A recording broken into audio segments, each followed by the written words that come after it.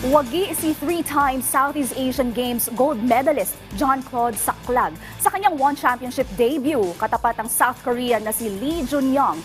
Yan ang ulat ni Paulo Salamati. Eksplosibong performance ang ipinamalas ng 29-year-old Team Lakay mainstay na si Jean Claude Saclag sa kanyang pagbabalik sa professional mixed martial arts stage matapos talunin ng South Korean opponent na si Lee Junyoung sa kanilang One Championship flyweight match noong nakarang Biyernes sa Bangkok, Thailand.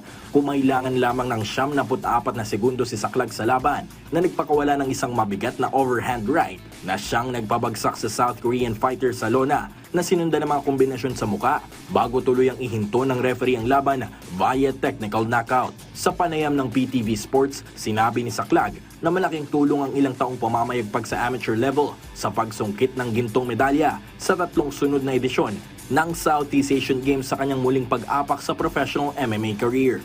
Tsaka preparation pa lang, talagang batak na ako.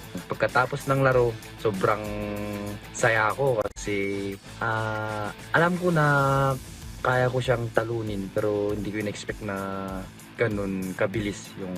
Aminado rin si Saclag na naging malaking epekto para sa kanya ang masaklap na unanimous decision loss sa unang professional MMA fight noong 2019 kontra Ryo Okada ng Japan. Blessing in disguise din kasi nung natalo ako, mas sumipag ako mag-ensayo kasi nakita kailangan ko pa mag-improve ng steps kasi nakita ko na yung international. Kaya nakita ko naman yung result. Sa ngayon, balik ensayo muli si Saclag sa ilalim ng Samaang Kickboxing ng Pilipinas upang paghandaan naman ang magaganap na Asian Kickboxing Championships ngayong darating na Oktubre sa Thailand. Paulo Salamatin para sa Pambansang TV sa Bagong Pilipinas.